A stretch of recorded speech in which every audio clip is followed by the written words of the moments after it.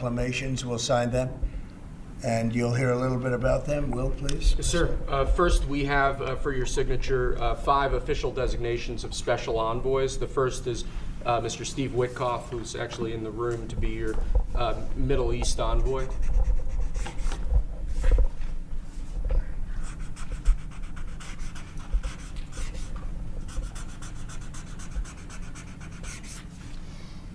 Where is Steve? Steve Witkoff, everybody. He's done a great job in the Middle East, really great. But we'll see how it all turns out. It's complex, but I think he's going to do very well. Next, we have Mauricio Claver Caron to be your special envoy to Latin America, sir. Okay, good man.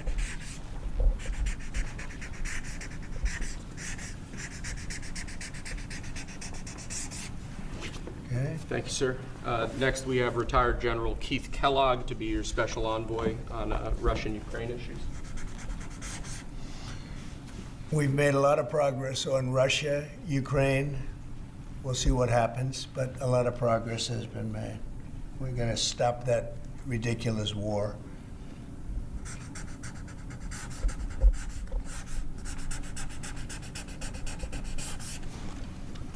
Okay. Thank you, sir. Next, we have designation of Rick Grinnell, to be your envoy for special missions. I sent him to California to turn on the water. We turned it on. It was not easy because we had to go through a lot of environmentalists that are causing a lot of problems. And we have billions of gallons of water. It was on 3 days ago. You probably saw. It should have gotten a lot of press, but it didn't get much. All we're doing is giving Los Angeles and the entire state of California virtually unlimited water, which they could have done 5 years ago, which I told them they should do, but the environmentalists stopped them. And we opened it, and we did it regardless of the state.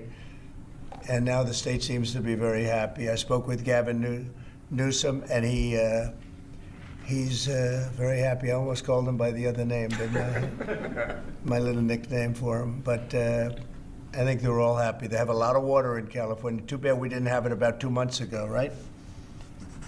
Mr. President, That was, by the way, that was a big move. We have, I don't know if you saw the pictures that were released of the water pouring down from the Pacific Northwest and Canada and lots of other places. And it's a pretty amazing sight. Mr. President, Rick Grinnell had a big Friday trip as well. He had a very big Friday trip, you're right. We'll talk about that. He's a good man, Rick. Lastly, sir, we have a designation of Mark Burnett as your special envoy to the United Kingdom. You know who Mark Burnett is? I figure he should be good. He's certainly done a great job. A friend of mine and very talented guy. We have very talented people working for us. I'll hold that one up because Mark gets so much television. We'll hold it up, right? He'll be thrilled to see it. He's going to do a good job. Thank you, sir. Next, your administration has smashed records for appointing large numbers of highly qualified, capable people at all levels of the federal government. These are 28 sub-cabinet level officials being appointed to a number of different departments and agencies. Some of them are quite important positions like departmental general counsels, but these are people who have been pre-vetted and have received your approval previously. Very good.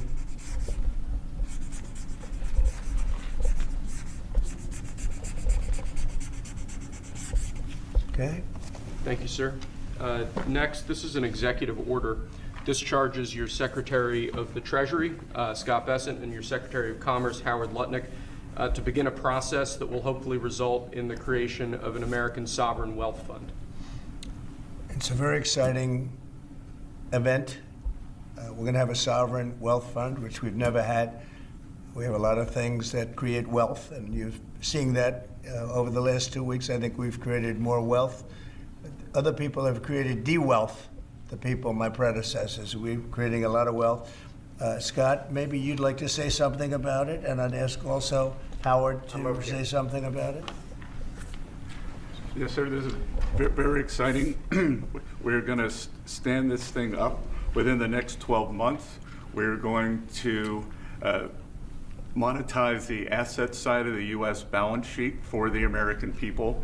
We're going to put the assets to work, and I think it's going to be very exciting. We're going to study best practices as done around the world. It'll be a combination of liquid assets, assets that we have in this country as we work to bring them out for the American people. The extraordinary size and scale of the U.S. government and the business it does with companies should create value for American citizens. If we are going to buy 2 billion COVID vaccines, maybe we should have some warrants and some equity in these companies and have that grow for the help of the American people. So I bring all these things together, I think Scott and I will create an amazing sovereign wealth fund for you, sir. So other countries have sovereign wealth funds, and they're much smaller countries, and they're not the United States. We have tremendous potential in this country, tremendous. You're seeing that, what's happened just in a short period of time. And as an example, TikTok, we're going to be doing something perhaps with TikTok, and perhaps not. If we make the right deal, we'll do it, otherwise we won't. But I have the right to do that, and we might put that in the sovereign wealth fund, whatever we make, or if we do a partnership with very wealthy people, a lot of options, but we could put that as an example in the fund, and we have a lot of other things that we could put in the fund. And I think in a short period of time, we'd have one of the biggest funds, and some of them are pretty large, I must tell you. Some of like the Saudi Arabia fund is on the large side, but eventually we'll catch it. But we're going to create a lot of wealth for the fund, and I think it's about time that this country had a sovereign wealth fund, and these two gentlemen and some others are going to work with them very closely, and they'll be heading it up, and they're going to do a great job. Two highly respected people that have done unbelievably well in the world, in the real world. So that's a big deal, huh? Yes, sir. I think it's going to create value and be of great strategic importance. Mr. President, why is it important for Elon Musk to have access to the payment systems at Treasury? Well, he's got access only to letting people go that he thinks are no good if we agree with him, and it's only if we agree with him. He's a very talented guy from the standpoint of management and costs, and we put him in charge of seeing what he can do with certain groups and certain numbers. Some of the numbers are horrible, what he's found.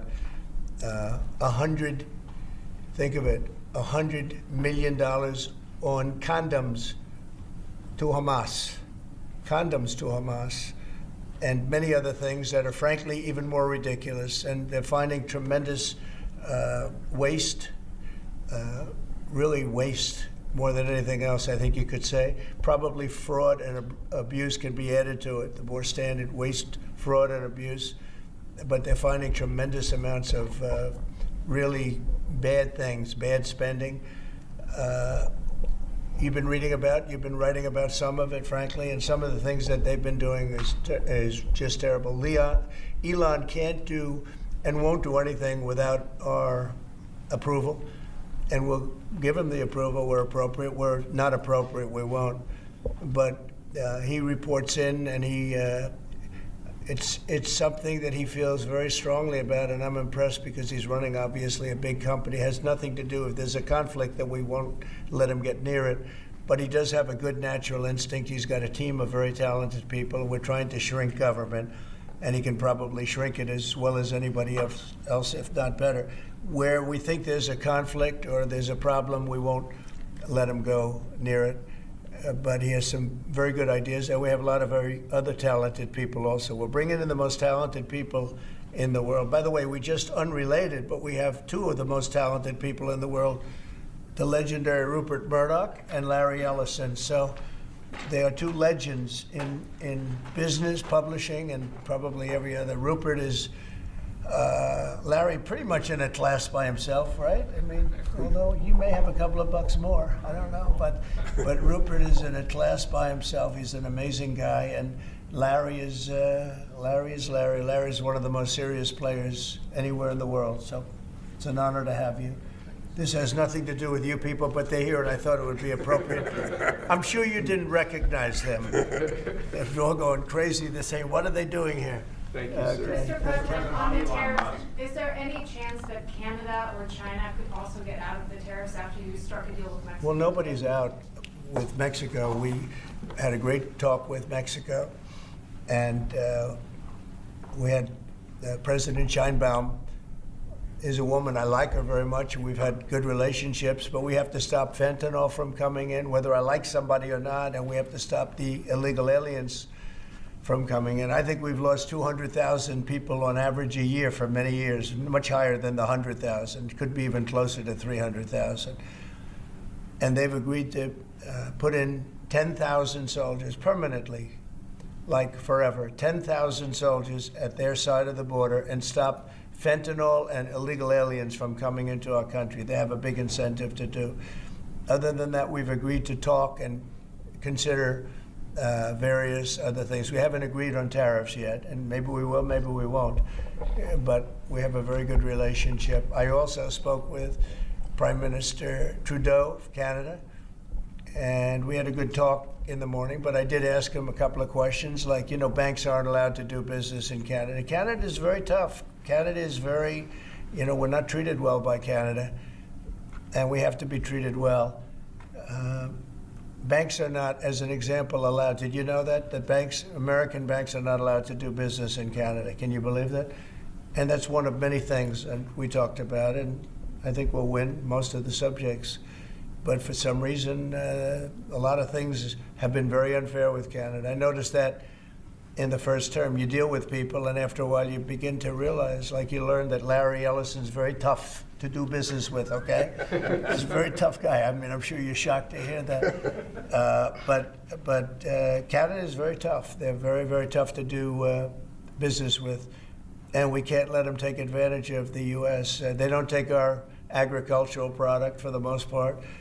They don't take our cars. They make cars, but they basically don't take our cars. And, you know, we don't need, and look, I think we're going to have another good conversation today. We're actually speaking at 3 o'clock again. But we don't need them to make our cars. We don't need them to give us lumber. We don't need them for agricultural products because we have all the agriculture we need. They don't take our agricultural product for the most part, our milk and dairy, etc. A little bit they do, but not much. We take theirs. And as far as cars are concerned, they took in a big percentage, almost 19% of the market. And, you know, I wouldn't mind making our cars in the United States, so we have a problem there. I'd like to make our cars in the U.S. We don't need Canada to make our cars. With that being said, we're going to have another call at 3 o'clock. We had a call this morning. It was a pretty good call, I'd say. So the call with Mexico went very well in the sense that they're very strong now on the border. They're going to put soldiers there. So, actually, they're best military soldiers, and they're going to be at the border, 10,000. That's a lot of soldiers, and they want to protect it also. You know, they don't want people running through Mexico, coming through Mexico to come into our country. So they're going to do that, and then we're going to talk about other things over the next 30 days. We're going to have Scott, Howard, and Marco Rubio, Secretary of State, lead the delegation, and we're going to have a big negotiation with Mexico. I'll be involved too, and President Sheinbaum will be involved to see whether or not we can work something out on the tariffs. What about China, sir? Fentanyl in China. China will be speaking to China probably over the next 24 hours. On fentanyl in China, President Trump. We don't want fentanyl coming into our country. Now, we had another big thing, speaking of China. China's involved with the Panama Canal. They won't be for long, and that's the way it has to be. Marco just got back, as you know. He's in the process of coming back. I guess he's almost back by now. And he had a very long conversation with the leader of Panama, the respected man, and some others, the entire leadership group. And we're trying to work a deal on the Panama Canal. The Panama Canal was given foolishly years ago to, it shouldn't have been happened, years ago to Panama by Jimmy Carter and the group. We lost 38,000 people building the Panama Canal, like one of the great wonders of the world. It's the biggest job we've ever built, the biggest project we've ever built in this country, dollar-wise and every other way. 38,000 people died, Americans, all men, just about, laborers and construction people that went to Panama. The mosquito got them. Between mosquito and snakes, we lost 38,000 people. It was the most expensive project ever built by the United States. The biggest, most expensive project we ever built 110 years ago. If you bring it up to now, it would have been the equivalent of $2 trillion. The most expensive we ever built, and we gave it away for $1, okay? We gave it away essentially for nothing. And we either want it back, or we're gonna get something very strong, or we're gonna take it back. And China will be dealt with. And we didn't give that to China, we gave it to Panama. We shouldn't have given it to Panama, but Panama, as you know, has violated the agreement, totally violated the agreement. So that's in the process right now, but they did have a very good meeting with the head of Panama. In addition to the tariffs on China, could you say your current thinking about whether China should be forced to pay reparations both for fentanyl deaths and a million COVID No, I deaths? haven't talked about that, but they do have tariffs. Honestly, nobody, the amount of money that was lost and most importantly, the lives lost because of COVID is not something that anybody could ever even imagine. It's probably $60 trillion, and all the countries in the world don't have $60 trillion. The amount of death and the amount of destruction and the amount of money lost is probably $60 trillion. I had it figured by people about 3 months ago. It just said, figure it out. Nobody knows what the real number is, but it's almost an infinite number, the damage done. No, but I have not discussed that. What I have discussed is we'll have some good meetings with China. We have meetings planned, and we'll see what happens. But that was just an opening salvo. If we can't make a deal with China, then the tariffs will be very, very substantial. Okay, I'm going to sign this one. Sir, this is, you've obviously made making America healthy again a key priority of this administration. A key component of that is obviously heart health. This is a ceremonial proclamation declaring the month of February to be National Heart Month. Okay. I hear we're doing very well with nominations. We'll see, but it looks like we're doing very well with nominations. Mr. President, Mr. President, have you been involved with also- calling senators who had some concerns about Tulsi Gabbard or Yes. RFK? You have? Yeah, I've gotten great response. And they want to do what's right, and we've had a good response. I think we'll do well. We have great people like this. We have great, great people coming in. I'd like to say the best ever recruited for government. I think we have the finest people ever recruited for government. Will it take an active Congress? And you know what? You're starting to see that because we've done more in 2 weeks than Biden's done in 5 years, 6 years. They could be here between him and Obama. You add it up, okay? We've done more in 2 weeks than they've done in 12 years. Will it take an active Congress to do away with USAID, or do you believe you have? I don't know. I don't think so. No, if not when it comes to fraud. If there's fraud, these people are lunatics. And if it comes to fraud, you wouldn't have an active Congress, and I'm not sure that you would anyway. But we just want to do the right thing. It's something that should have been done a long time ago. It went crazy during the Biden administration. They went totally crazy what they were doing, and the money they were giving to people that shouldn't be getting it, and to agencies and others that shouldn't be getting it. It was a shame. So they're tremendous fraud.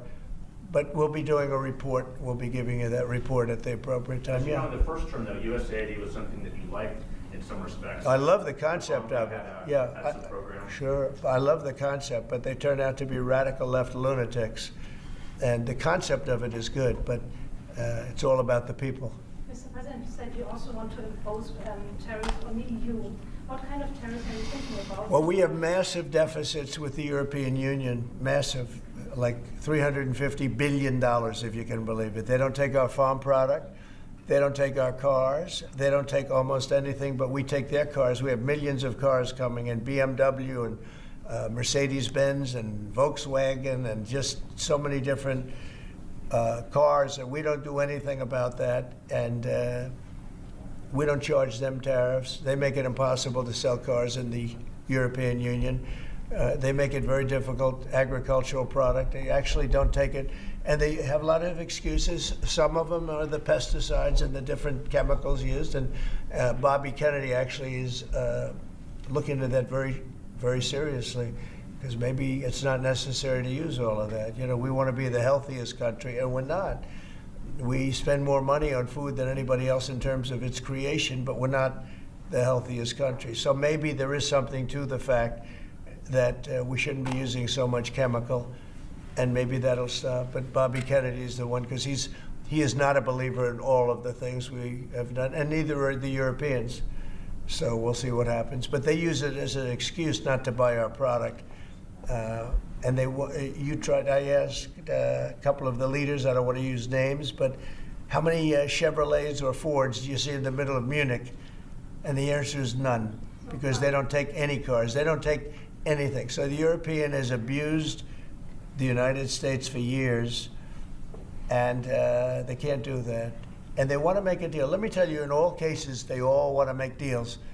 There's nobody that doesn't want to make deals. They've been abusers, and they want to make deals. So we'll see about that. But we'll have, I think, some very fair. All we want is a fair deal.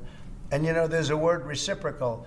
I'd go right now, reciprocal tariffs on everybody, because many of the countries that you feel so horrible about, the way they're being treated by Trump, you're saying, oh, President Trump is so terrible to them. Well, they charge us tariffs. European Union has a VAT tax, which is through the roof, okay? It's a similar thing, similar to a tariff. It's a VAT. And they have it, and it's numbers like you wouldn't believe. And Canada, I told you about the banks, and I told you they charge us. And people don't say that. They don't like to say it. Just like they don't like to say that I opened up the water for California. It's a great thing. It's too bad they didn't do it themselves. I had to do it, and it was not easy. We did it a very rough way, and I didn't like to do it a rough way. We shouldn't have to do it a rough way. But a lot of these countries that we're talking about, you know, they're so-called allies, but they don't treat us well. And just like I got $420 billion, and now it's actually over $600 billion, the Secretary General of NATO came in 2 weeks ago, and he said it was a miracle when Trump came in. When President Trump came into NATO, he said it was $636 billion by saying to them, no, you have to pay. And if you don't pay, we're not going to be there for you. You know, somebody has to say it, and they paid. And it was a large amount of money. And one of the problems we have with the Russia-Ukraine situation is that we want to see some equalization, because we're in for close to $300 billion, and they're in for $200 billion less. Why are they in for less? Because Biden never asked them for money. He never said, you got to pay. He never did. All he did is hand out money. So we're talking with them right now, and we're actually working some deals right now, so we have some guarantees and some other things to keep that whole situation to go, really going. I mean, going.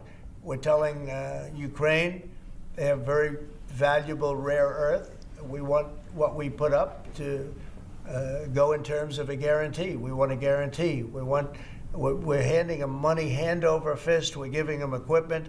European is not keeping up with us. They should equalize. And look, we have an ocean in between. They don't. It's more important for them than it is for us. But they're way below us in terms of money. And they should be paying at least equal. They should really be paying much more than us, but let's say equal to us. And they're billions and billions of dollars below. So we're looking to do a deal with Ukraine where they're going to secure what we're giving them with their rare earth and other things. Mr. President, in terms of the deal with Mexico this morning, was that partially related to the market reaction and a criticism from Mr. Murdoch's own newspaper? He called it the dumbest trade war on the editorial page on Saturday. I'm going to have to talk to him. Is this market reaction or concern about... I've been right over the Wall Street Journal many times, I will tell you. I don't agree with him on some things. No, it's not only is it not dumb, you're going to see. Every single one of those countries is dying to make a deal. You know why? Because they're ripping us off really badly. And the United States is tired of just being ripped off. And that's why we have $36 trillion in debt. We have it for a reason, because we make bad deals with everybody. And we don't allow that anymore. So the Wall Street Journal is wrong, because very simply, every single country that you're writing about right now is dying to make a deal, because the deals they have right now are so good and so good for them and so profitable for them. You didn't know that Canada didn't allow our banks. You didn't know all of these different things. And I think in the end, you're going to see that either very, very substantial tariffs are going to be paid by them, or they're going to make some kind of a deal. So, Sorry, or did Mexican President Sheinbaum? Did what? Did you blink this morning? There was no blinking. No, she's a wonderful woman, but she did agree to 10,000 soldiers on the border. I would say that's a lot. Would you say that's pretty good? 10,000 soldiers on the border? Sir, And the 10,000 soldiers are going to keep illegal aliens out, and they're going to keep them out, seriously out, and otherwise they're going to have a big penalty. Mexico is going to be penalized. They're not going to come through Mexico anymore, and they're not going to let the fentanyl come in from China. And China hopefully is going to stop sending us fentanyl. And if they're not, the tariffs are going to go substantially higher. Sir, just to clarify, when you said about Ukraine earlier, the rare earths, is that something you want them to give the rare earths to the United States? Yeah. Okay. I want to have security of rare earth. We're putting in hundreds of billions of dollars. They have great rare earth, and I want security of the rare earth. And they're willing to do it. Sir, you mentioned earlier that Elon On Musk. Canada, when you talk to Justin Trudeau again, is there anything he can give you at 3 p.m. when you talk again to also I don't secure know. a pause, I don't know. like you said with Mexico? I don't know. We have big deficits with Canada, like we do with all countries. I mean, I look at some of the deals made, I say, who the hell made these deals that are so bad? But with Canada, I have a talk with him that you maybe know or maybe not. We're going to meet again or talk again at 3 o'clock, right after my next meeting, and we'll see what happens. I can't tell you what's going to happen. You mentioned that he could agree to change your mind on the tariff? Well, we can always, look, what I'd like to see, Canada become our 51st state. We give them protection, military protection.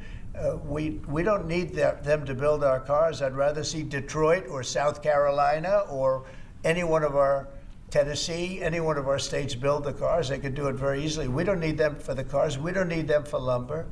We don't need them for anything. We don't need them for energy. We have more energy than they do. We don't need them for energy. So I say, why are we doing this? Why are we willing to lose between $100 billion and $200 billion a year? We don't need them. As a state, it's different. As a state, it's much different. And there are no tariffs. So I'd love to see that, but some people say that would be a long shot. If people wanted to play the game right, it would be 100% certain that they'd become a state. But a lot of people don't like to play the game because they don't have a threshold of pain. And there would be some pain, but not a lot. The pain would be really there. So we're going to meet again by phone at 3 o'clock, and we'll let you know what On happens. Israel, President Trump, you're very deep with Benjamin Netanyahu. Coming in tomorrow. Yes, you've mentioned in the past you're concerned about Israel being too small geographically. Would you support annexation of parts of the West Bank by Israel? Well, I'm not going to talk about that. It certainly is a small, it's a small country in terms of land. See this pen, this wonderful pen? My desk is the Middle East. And this pen, the top of the pen, that's Israel. That's not good, right? You know, that's a pretty big difference. I use that as an analogy. It's pretty accurate, actually. It's a pretty small piece of land. And it's amazing that they've been able to do what they've been able to do when you think about it. There's a lot of good, smart brain power, but it is a very small piece of land, no question about it. Mr. President, you said earlier that Elon Musk is doing everything with your say-so. So is there everything that he has done thus far, going to all the agencies, shutting off access, getting access to federal payments, that all has you're okay with all of that? For the most part, yeah. If we, if there was something that didn't have my okay, I'd let you know about it really fast. And you said there are some areas where you wouldn't let him work because he has conflicts of interest. If there was no, I haven't seen that. and he would know not to do it. So we haven't had that yet. But if there was a conflict, we would let him work in that And area. earlier you said with regard to Panama that they were going to make a deal, or the U.S. is going to take it. How long do they have to make that sort of deal, and are you still leaving on the table? We're going to meet with Panama on Friday at about 3:30 in the afternoon by phone, and maybe there'll be some representatives at, here or there. But we're going to be talking to Panama on Friday, essentially. And they've agreed to certain things, but I'm not happy with it. On the Middle East, Mr. President, if I may, do you still have doubts that the ceasefire will hold? On what? On the Middle East, do you think the ceasefire will hold? I have no assurances that it'll hold. I mean, I've seen people brutalized. Nobody's ever seen anything like it. No, I have no guarantees that the peace is going to hold. Steve, you might want to say something about that. Steve Woodcock. It's holding so far. So, and we're certainly hopeful, and that's the president's direction. Get the hostages out, save lives, and come to hopefully a peaceful settlement of it all. So far it's holding. Mr. President, on a different topic, questionnaires have been going out to FBI agents across the country who were involved potentially in the investigation. Do you believe anyone involved at any level should be fired, sir? Well, I think the FBI was a very corrupt institution, and I'm a victim of it in a true sense. I was able to beat it, but other people have been treated horribly. I think the FBI had a great reputation. I think its reputation was really damaged badly, as is DOJ. Look at what they've done in terms of weaponization. Look at what they've done to a political opponent. Probably got me elected by what they did. Or I think I was doing well anyway, but they might have got me elected. But you know what? We have to have pristine, beautiful, perfect law enforcement. And what we want to do, and Kash is the one to do it. He's the one guy that is going to do it. We have to bring the reputation of the FBI. We have to bring the fact of the FBI back to what it could be. Not even to what it was, even better than it ever was. Because who would have thought that the FBI could have been corrupted like they were corrupted? Who would have thought that would have happened? Who would have thought they would have been used to go after, political opponents, essentially, but me being the number one, and so many other things beyond that. And they've been hurt very badly, and we'll see what happens. But Kash is the one to do it, and I hear he's doing very well. Kash will straighten it out. We have great confidence that we can make the FBI great again. Okay, one or two more and we'll be done. Tulsi Gabbard's nomination is... Say it? Tulsi Gabbard. Yeah, I think Tulsi's going to be doing okay. I'm not sure. I can't guarantee anything, but she's liked by so many people, especially people in the military and law enforcement. She has a little bit of trouble with some senators over her thoughts on Edward Snowden. I know Snowden, you've mentioned in the past you're thinking about pardoning him. Are you still, and what do you think about that? No, I don't talk about it right now. I just, people feel very differently. Some people think he should be pardoned, and some people think it would be a terrible thing to do. But I don't get involved in that. Mr. President, what are you discussing with Mr. Murdoch and Mr. Ellison? Just respect. I have great respect for Rupert Murdoch. I disagree with him a lot of times with the Wall Street Journal, but that's all right. We've disagreed before, and I'm sure they didn't have any idea what they were talking about, because already you see what's happening. Look at Colombia. Look at what happened with that. Everybody said that with Colombia it was going to be a disaster. In 1 hour, everything was settled. You know why? Tariffs. Without tariffs, they wouldn't have been the same way. They would not have treated me the way they treated me, which was extremely nicely. And I don't want to use countries, I don't want to use names, but tariffs are very powerful, both economically and in getting everything else you want.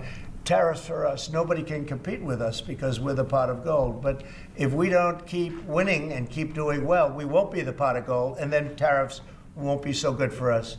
But when you're the pot of gold, the tariffs are very good. They're very powerful, and they're going to make our country very rich again. Thank you very much, everybody. Thank you, I don't know. Thank you, Fred. Thank you, guys. Let's go. How is the market doing? Thank you, guys. I don't think about it.